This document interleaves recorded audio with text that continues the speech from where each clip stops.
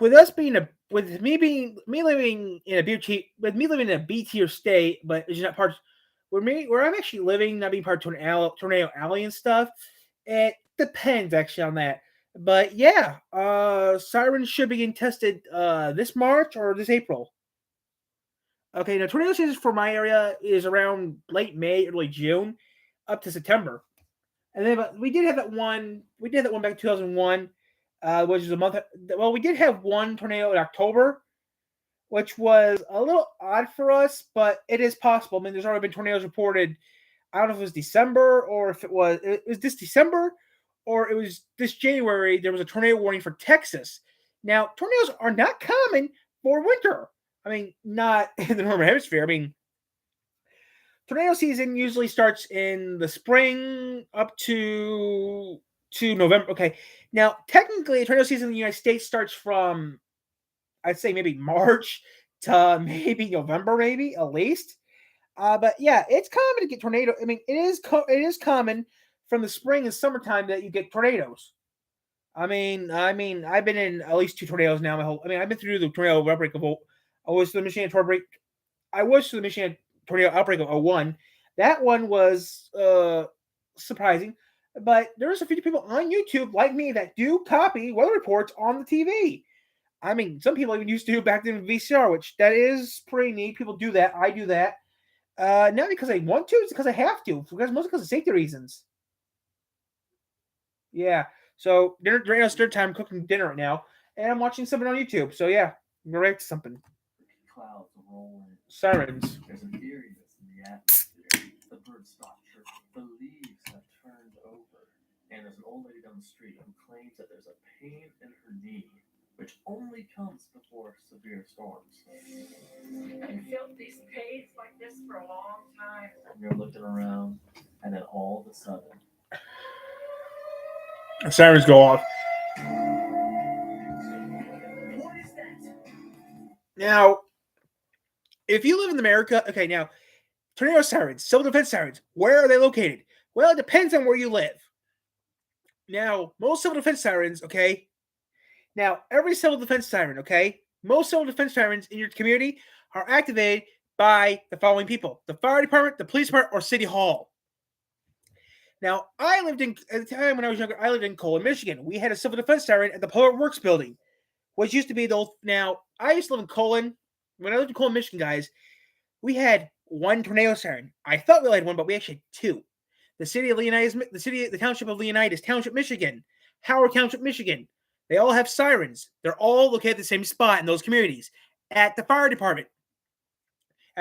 Well, Colon's at the old fire department. The old fire department Colon got turned into the Public Works building, which is right behind the post office. Now in Colon, Michigan, the tornado siren down the street, right next. And it's actually in the middle of town. It's actually behind the pharmacy, behind the post office, next to a fishing spot, behind the main street in Colon. Now you hear that siren, you know what to do. Duck and cover. And one time I got real bad. One time, I swear. One time I almost broke inside the library. One time I was playing around. Next thing I hear some thunderstorms. I thought, okay, two options. Go inside the bar. I had two choices. Go inside the bar or go break into the library. Guess what I did? I packed up my gear, ran to the bar. Called my mom. Hey, mom. I called the bar, went to the bar. I went to the bar. Bar was still staying at the time. I went to the bar, called my mom, pick me up. Where at? I'm at the bar. Pick me up. She did. Went home. A few minutes later. Now, there's actually two tornado sirens in Colon, Michigan. There's one by the high school, which I recently seen. I didn't believe it. Originally, I had to look for it. I found it.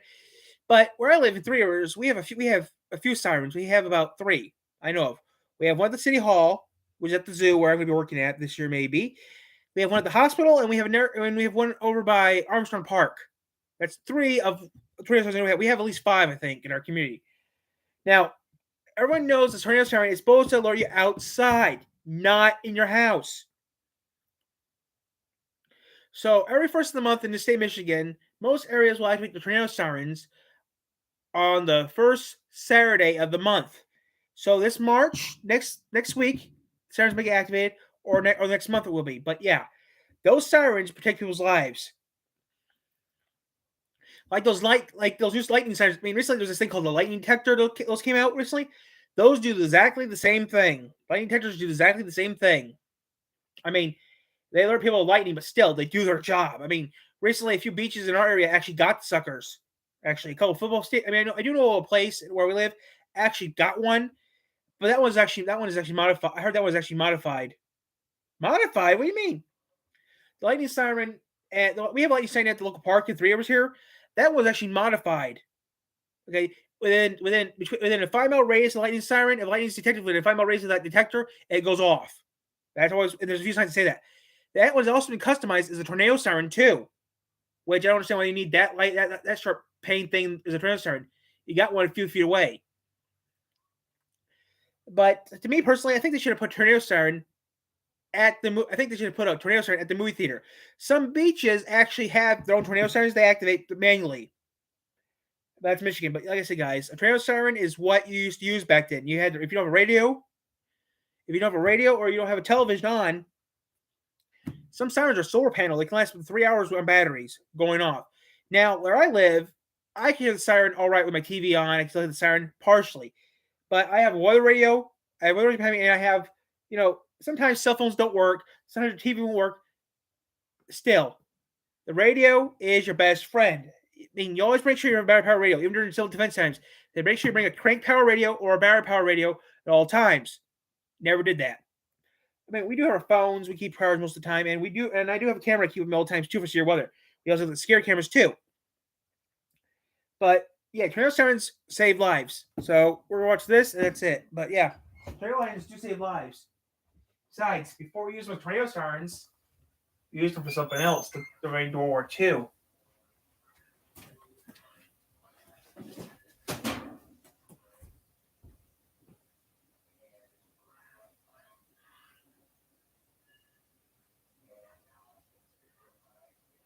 Okay, a few more minutes. Almost done.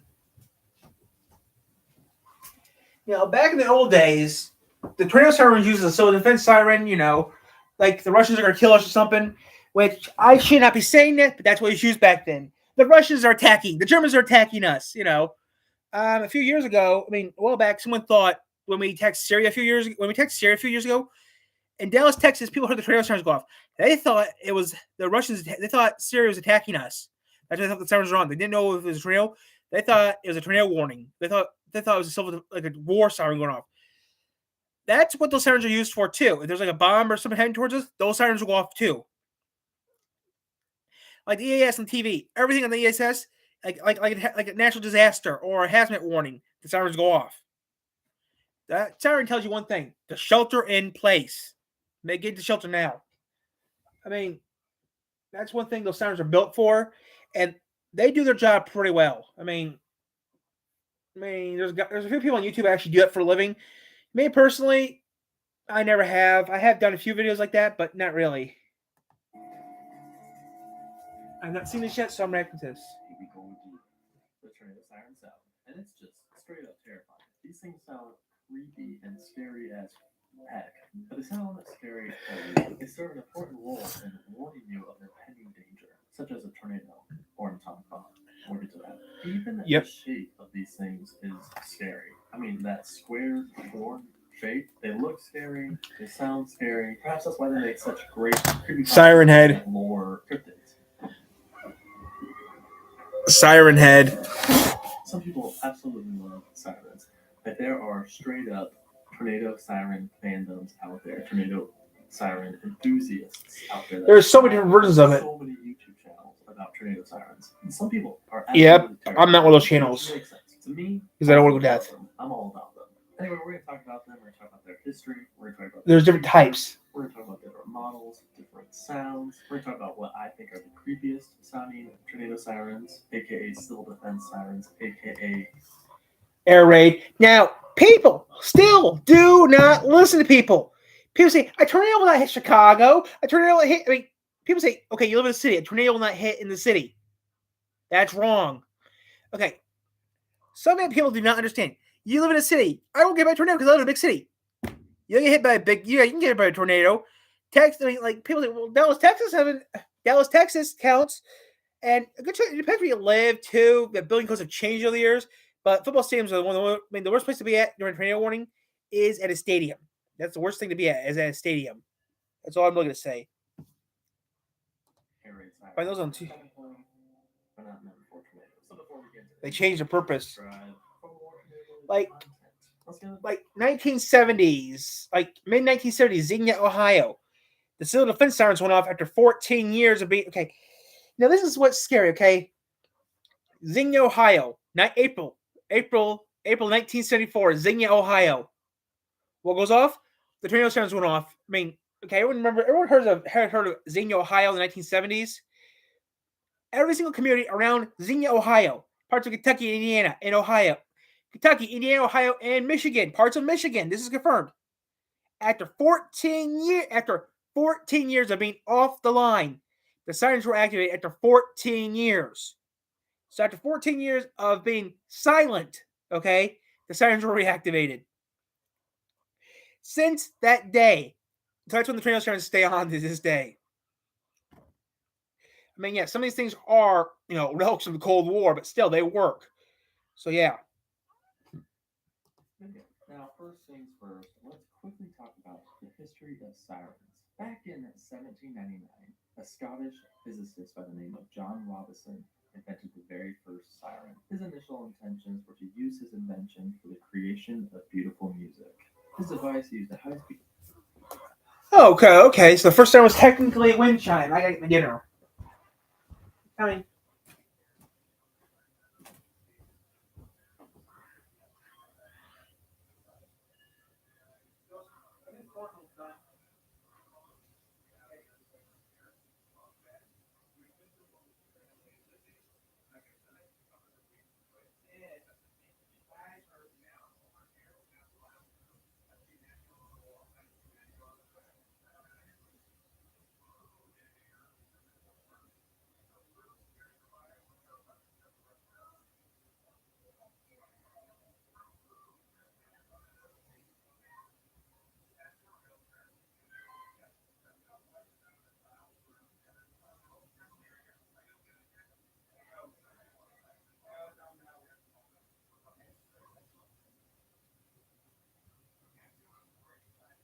Corn's almost done.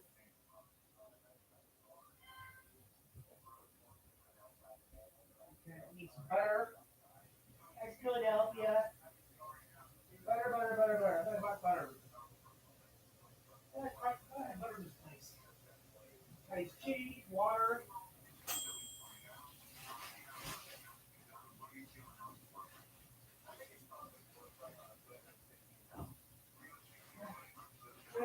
Dressing.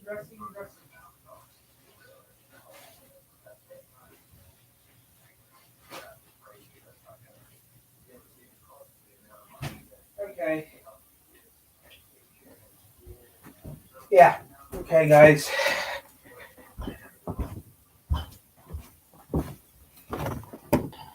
Well, this is dinner time plus more, so. Now look for the butter. You want some corn? If I need butter, I will. There's butter in there, we know it. I don't know where I put though. Apple juice, cranberry juice, naked, sour cream, soy milk. It's got in the middle. I just did. I didn't see it. I don't see it. Jeez. There it is. Found it. Okay. It was under your grape juice. Under my what? It was behind your cranberry. Under my what? Cranberry. I don't know what that was. The cranberry juice. Oh, cranberry juice. Give me a bowl. Give me a bowl.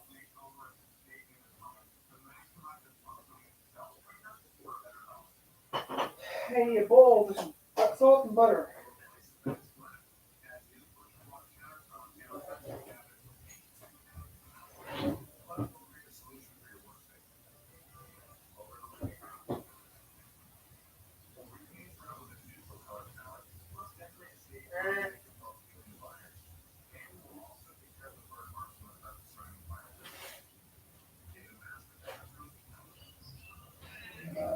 No,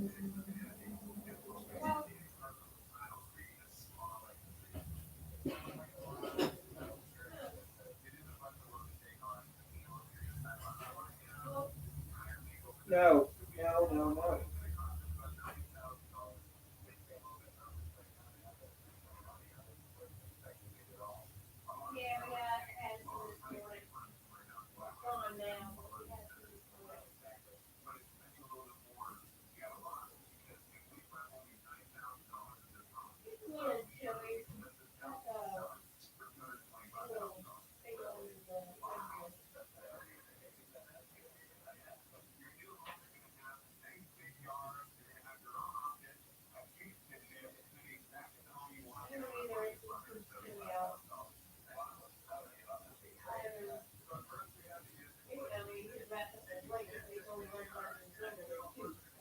No.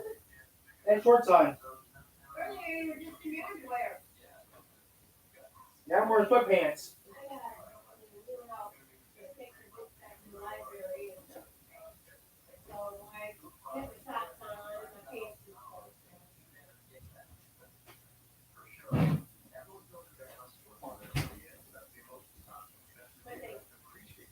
You want it tomorrow?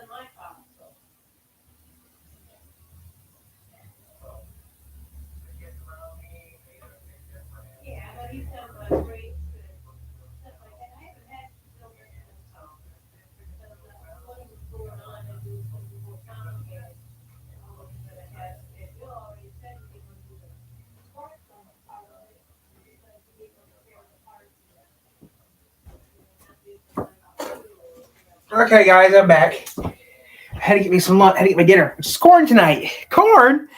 Really, Tyler? You eat corn for dinner? I didn't know you eat vegetables. Okay, more siren stuff. At least one or two.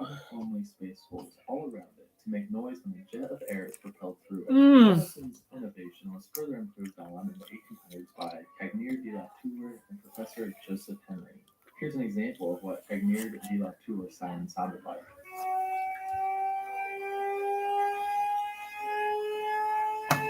Fun fact, this siren could also work underwater. Many sirens of the 1800s were steam-powered and often used as foghorns for lighthouses. Skipping ahead to the 20th century, we have the still in use siren today. That is the Federal Signal Model 2. Another notable U.S. siren during the 1930s was the DCOT siren. A lot of these sirens were used for fires or other ways to get the public's attention, but at the dawn of World War II, their use would become a little more sinister. In September 1939, London experienced its first air raid siren alert, and during World War II, the use of air raid sirens would become standard. No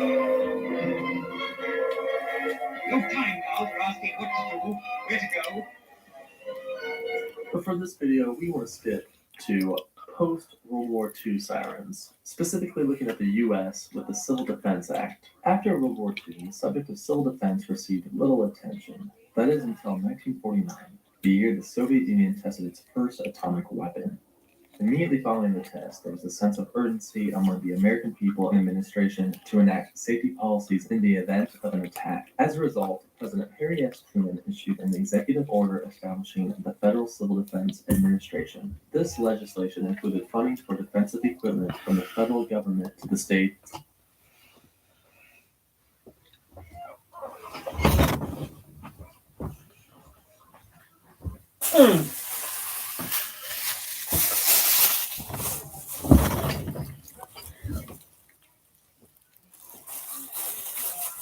Okay.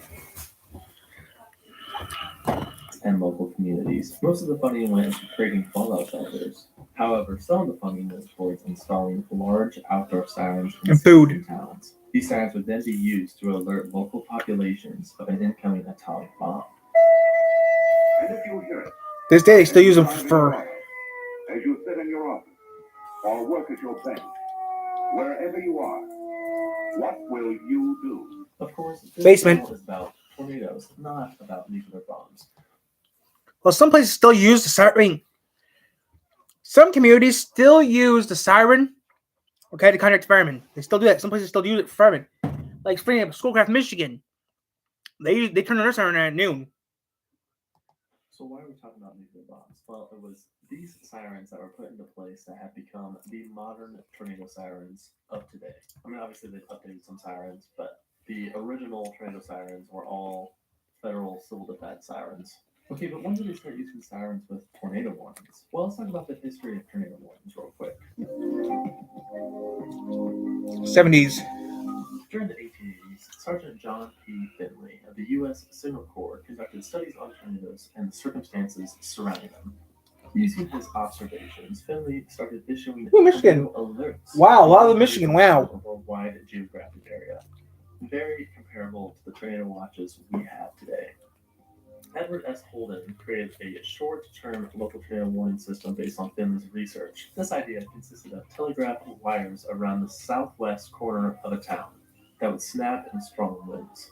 Alarm bells and a cannon would then automatically sound in the town in the event of a damaged telegraph circuit, which would be terrifying and cool.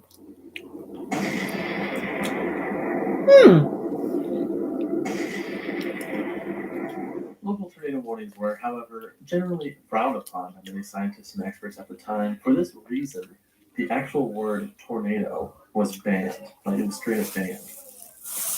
That is until the government began to start worrying about expensive military equipment on military bases located within tornado-prone areas. The first official tornado warning occurred in 1948 at Tinker Air Force Base. The first tornado warning was conducted by Major Ernst Clawbush and Captain Robert Miller. A tornado watch was issued at 1450 Central Standard Time and included a warning for Tinker Air Force Base between 1600 and 1800 Central Standard Time. This caused the base to implement a tornado strategy for damage mitigation and employee safety.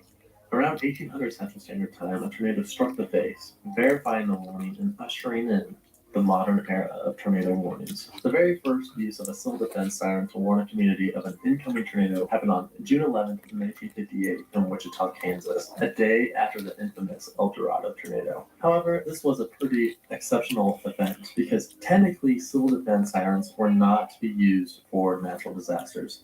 They're meant strictly for nuclear bombs. The fact that Wichita used those, I'm glad they did. All right, I'm glad they did, but they probably weren't allowed to do so. This means that almost all of the tornado warnings throughout the 50s and the 60s had no tornado sirens to accompany them. That all changed in the 70s when President Richard Nixon's term saw a number of notable natural disasters, specifically Hurricane Camille in 1969. Ooh. And this led the government to permit dual use of sirens for both atomic attacks and natural disasters. Okay, so what are the different tones, models, and types of sirens? So you have two basic siren designs. You have the electromechanical, aka classic siren design, which has a chopper that spins super fast from an electric motor, which sucks in air through little holes. Then you have electronic sirens that are literally like electric speakers, like that you have in stadiums and places like that.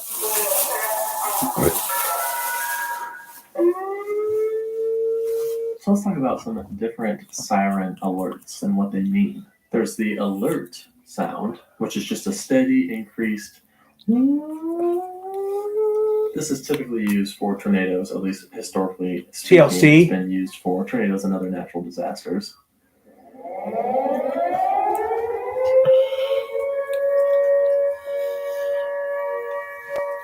And then there's the attack tone, which is it goes up and down, back and forth. sounds a little bit like this.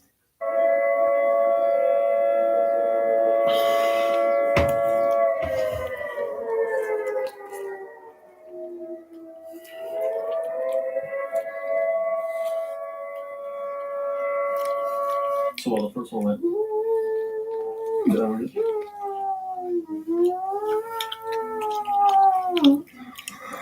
in a rare instance, there's a high-low sound, which is sometimes used for fires, but can be used for other purposes. Sounds like this. And then there's the creepiest of all of them, the alternating wail, which kind of mixes the high-low with the attack mode, and it sounds like this.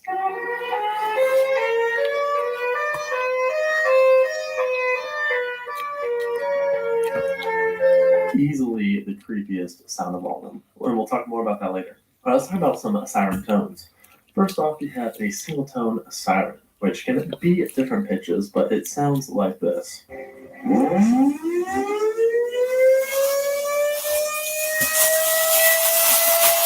There's also something called a dual tone siren, and these are a little more familiar and a little more creepy. Here's what a dual tone siren sounds like.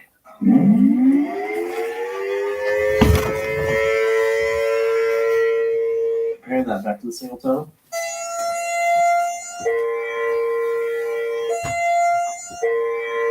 Hear the difference? Okay, now dual tones can have different pitch intervals depending on different ports. Have a listen.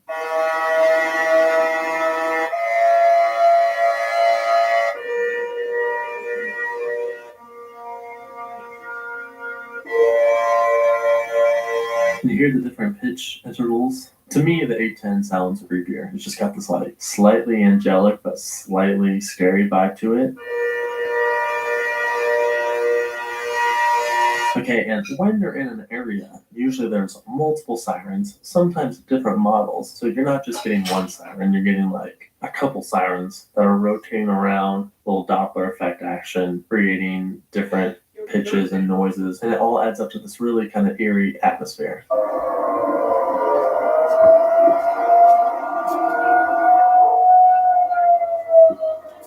Right? So here are some famous electromechanical siren models.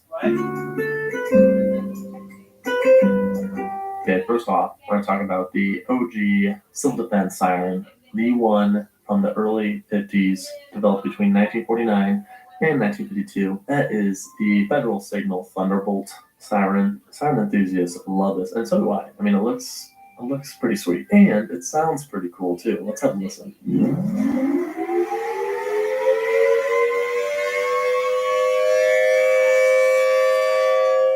There are three different models of this. There's the 1000 single tone model, the 1000T dual tone, and the 1003, which can do that alternating well. So that's the Thunderbolt. Other notable mechanical Federal sirens include the 2T-22, the 3T-22, the STH-10, and the 2001 model. The 2001 model is very, very common in like modern towns. It's still electromechanical, it's not electronic. Another noteworthy brand is the Alerting Communicators of America, or ACA. They have a few different electromechanical siren designs. The most notable are the Alerter, the Cyclone, the Hurricane, the Penetrator, and the Screamer. Moving on to electric.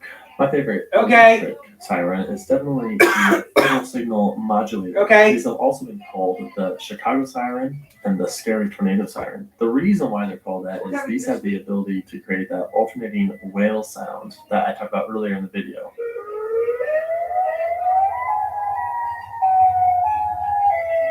People think they sound creepy, and they definitely do sound pretty creepy, but they sound pretty sweet as well. Two other electric models I want to talk about are the Whelen Vortex and the Whelen WPS series. So another thing that can make electric sirens scarier than electromechanical sirens is the fact that you can use a recorded voice with these. So sometimes it'll be going off, and then all of a sudden it'll be like, "Take shelter now." This is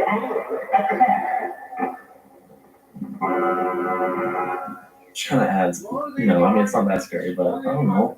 Do you have a favorite civil defense siren? Be sure to throw it in the chat, in the comments, by chat. Okay, so let's talk about the future of tornado sirens. There are many amongst today's community that find the tornado sirens to be, well, not really useful anymore. Since we live in the age of cell phones and technology and applications, we can easily get alerts on our phones. For this reason, many believe that tornado sirens are redundant.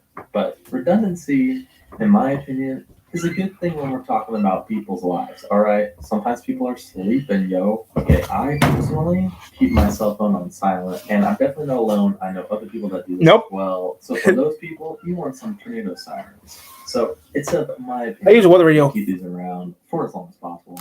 Plus, I love them. The outside tornado siren system is not without its flaws, though. First off, many communities lack outdoor sirens, particularly those in small towns and rural areas. Currently, the NOAA weather radio is the preferred choice for an in-home warning system. So there you have it. Yep, go to Walmart, pick one up for go to Walmart, your local pharmacy, and pick one up for like $30. Very cool. Thanks for watching. I mean, I have 2 sirens. One doesn't work, but I still have 2 of them. It's looking pretty sick. And I'm still trying to figure out the lighting, and the shelves are clearly empty. I don't know what to put on the shelves. They're gonna put some like tornado stuff up there. Some maybe a little picture of Ted Fujita in the corner. Anyway. I just leave it the way it is. I got tons of books I read. And coming up,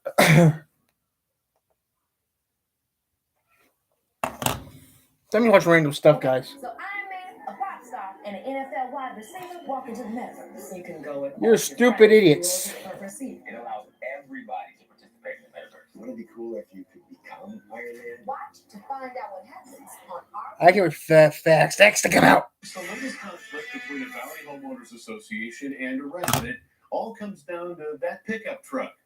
The guy says it's too big for his driveway, but the HOA won't let him park it on the street. When you ask, we investigate. Here's Contact 13 investigative reporter. That's why you don't go to. That's why you don't live in an HOA forum. Like I don't. That's a Ford F-350 crew cab long bed. This truck is the center of a conflict between Dwayne Martinez and his homeowners association. It won't fit in his garage, and if he parks it in the driveway, it hangs over the edge. It's an unmodified truck. It's not like we extended it or did anything crazy to it. It just doesn't fit. And to make things worse, he's not allowed to park on the street either. You will get a ticket saying that you need to move the car, or you will get fined or towed.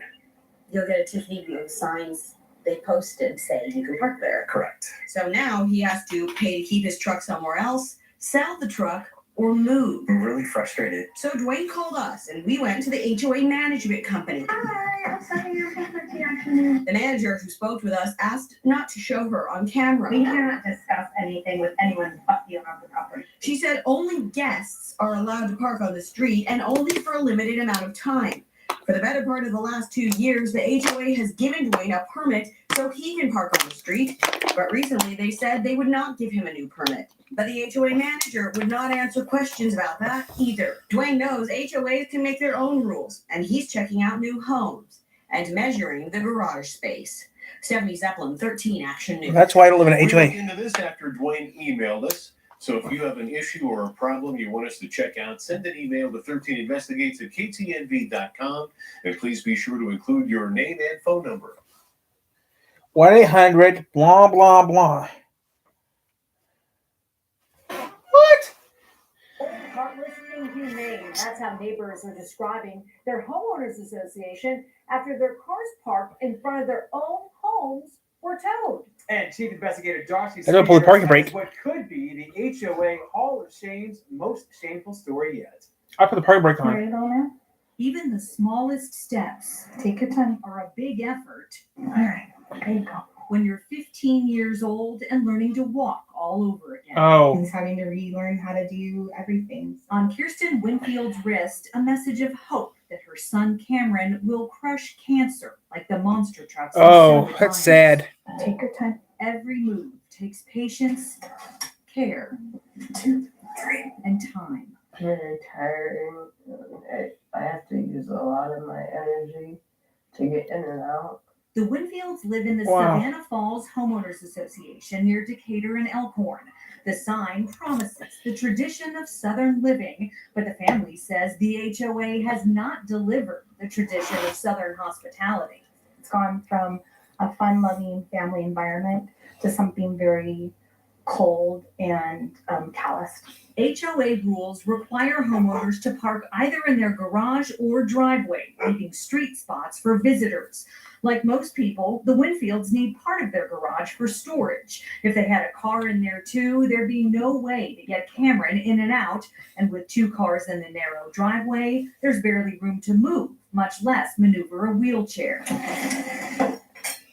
On October 12th, the unthinkable happened. The Winfield's car was towed from the street right in front of their house. The only reason that we had moved our car was to actually move our child into our home. My husband helped us get him into the house, and within that hour that we were actually getting our son all the medications and getting him comfortable, they actually came and towed our car. She spoke in person to the HOA president and was told to send a detailed email regarding her son, his medical needs, and why they couldn't afford the towing fee. For somebody that has a child that's battling cancer, $380 is a lot of money, and we didn't have the money at the time. While waiting for an answer from the HOA, this certified letter arrived from Code Blue Towing. The fees had gone up to more than $800 and the car was going to auction. I just feel bad because Not your fault. The HOA is an idiot. That's why you don't deal. That's why you don't have to worry about HOAs in where I live. If I had to deal with HOA, I'd take care of it my way.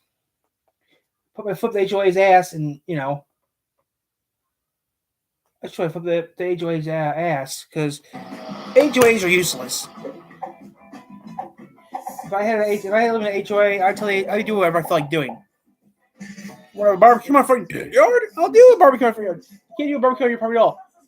Go fuck yourself. I tell the HOA to go F themselves. Listen, I can never want America. I'm not paying no HOA fees. My house is not part of the U.S. This is it.